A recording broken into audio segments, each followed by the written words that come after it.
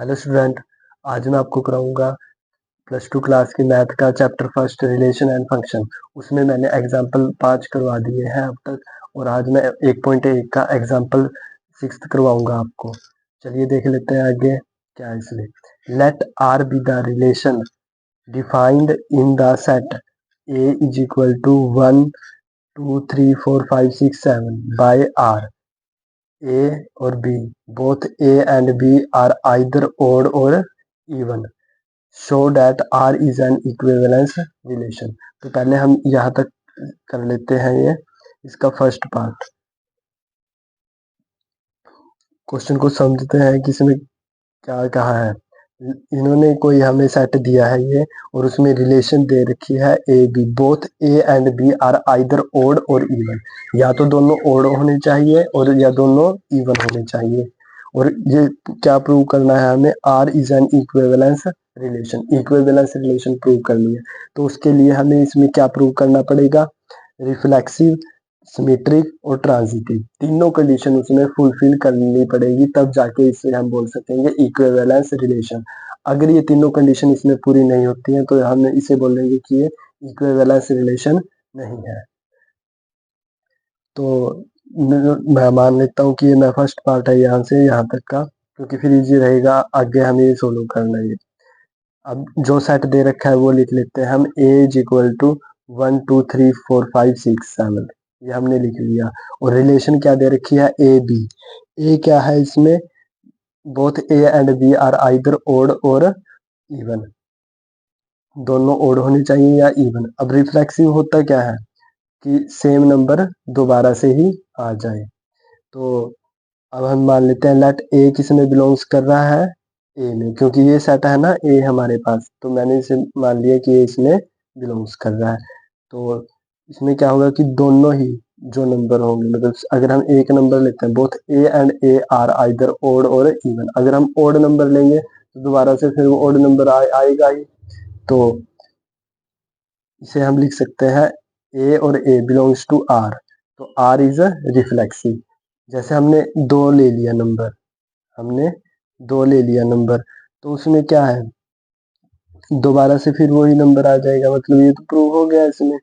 अगर हमने लिया है तो दोनों नंबर क्या आ गए इसमें, ये इवन लिया था हमने तो इवन आ गया इसमें। अगर मैं ओड लेता नंबर तो ओड आ जाते। अब सिमेट्रिक देख लेते हैं क्या इसमें सिमेट्रिक में, A B belongs to R. और मतलब अगर हम मैंने डीपली करवा रखा है इंट्रोडक्शन पार्ट में, अगर इसमें मैं थोड़ा सा बता देता हूँ आपको कि दो नंबर मानेंगे इसमें ए बी, और फिर दोबारा से क्या दूसरे वाला पहले पे आना चाहिए और पहले वाला दूसरे पे, मतलब यहाँ ए बी था तो बी ए इसी में बिलोंग्स करना चाहिए।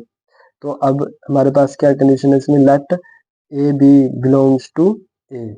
अब मैंने ए नंबर मानना है तो उसे क्या मान लेता हूँ कि ये किसमें है, ए में। Both A and B are either odd or even, या तो वो दोनों नंबर क्या आने चाहिए, ओड या इवन। और दूसरे में क्या कंडीशन बनेगी इसमें, both B and A are either odd or even, either odd or even, दूसरे में ये कंडीशन बन जाएगी।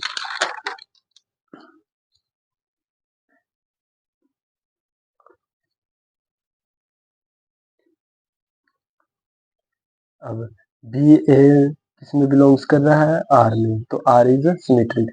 मैं एग्जांपल बता देता हूँ। जैसे उसमें हमारे पास सेट में दिए हुए थे नंबर 7 तक दिए रखे थे, 1 to 7 दे रखे थे, तो मैंने एक ले लिया 2 और एक ले लिया 4। और क्या है, अगर 2 किसको डिवाइड कर रहा है, 4 को, तो 4 भी तो किसे डिवाइड करेगा, 2 को।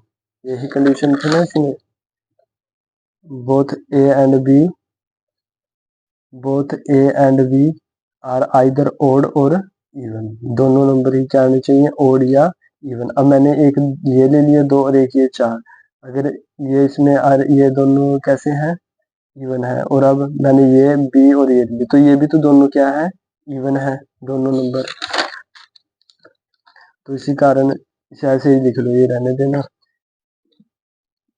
कि 4 और 2, तो ये भी तो दोनों नंबर क्या आ गए हमारे पास, इवन आ गए। अब कर लेते हैं हम ट्रांजिटिव। ट्रांजिटिव की डेफिनेशन देख लेते हैं क्या होती है। ए बी किस में बिलोंग्स कर रहा है, आर में, और बी सी किस में बिलोंग्स कर रहा है, आर में। ये दोनों नंबर मान के फिर ए और सी जो तीसरा नंबर है और पहले नंबर वो उसमें बिलोंग्स करना चाहिए। 3 नंबर मानेंगे ए बी और सी। तो ए बी किस में बिलोंग्स करेगा, आर में, और बी सी भी किस में बिलोंग्स करेगा, आर में। तो तीसरा और पहला नंबर बी सी में बिलोंग्स करना चाहिए। तो अब इसे लिए मान लेते हैं 3 नंबर हम, लेट ए बी सी किस में बिलोंग्स कर रहा है, ए में।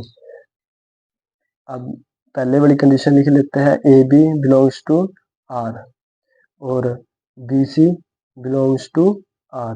Both A and B are either even or odd. या तो क्या होंगे, ए और बी या तो दोनों इवन होंगे या दोनों ओड होंगे।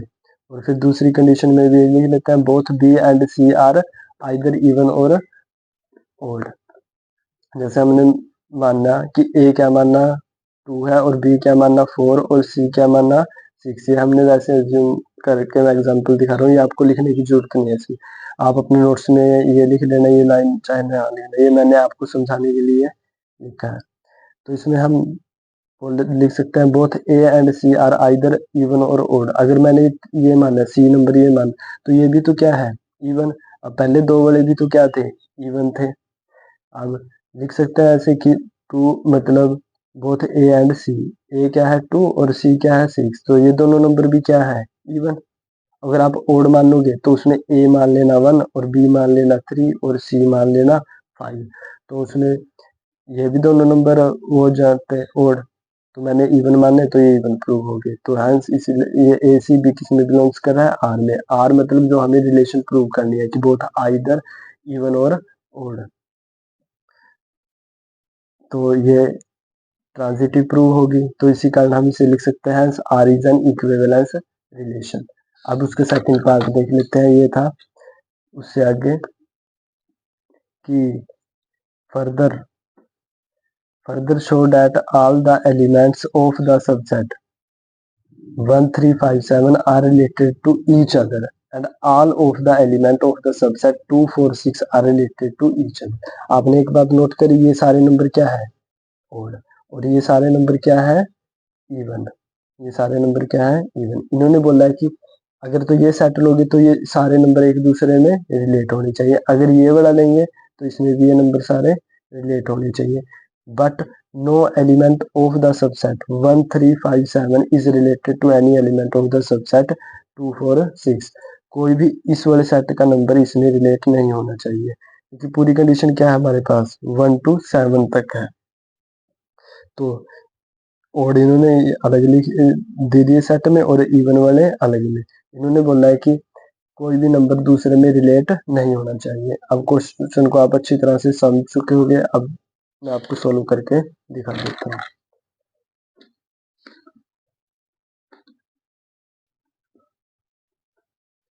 देखिए दूसरे वाली कंडीशन क्या है इसमें, 1 3 5 7 लेट 1 और 7 इट इज ओड। ये मैंने मान लिया, मैंने पहले बड़ा सेट ले लिया 1 3 5 7 वाला, उसमें से मैंने कोई भी दो नंबर अज्यूम कर लिए, 1 और 7 कर लिए। तो ये दोनों क्या है, odd. Is related to itself, ये सारे दोनों इसी में रिलेट कर रहे हैं itself, because all of them are odd.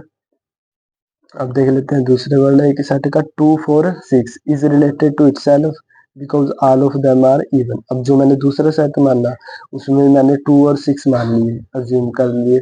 तो उसमें भी तो दोनों नंबर क्या करेंगे, उसी में रिलेट करेंगे। अगर मैंने ये दो नंबर लिए तो ये दोनों भी तो कैसे हैं, इवन। तो इसे हम लिख सकते हैं कि 1 3 5 7 is not related to 2 4 6 because ये क्या है, ये ओड का सेट है और ये वाला किसका है, इवन का।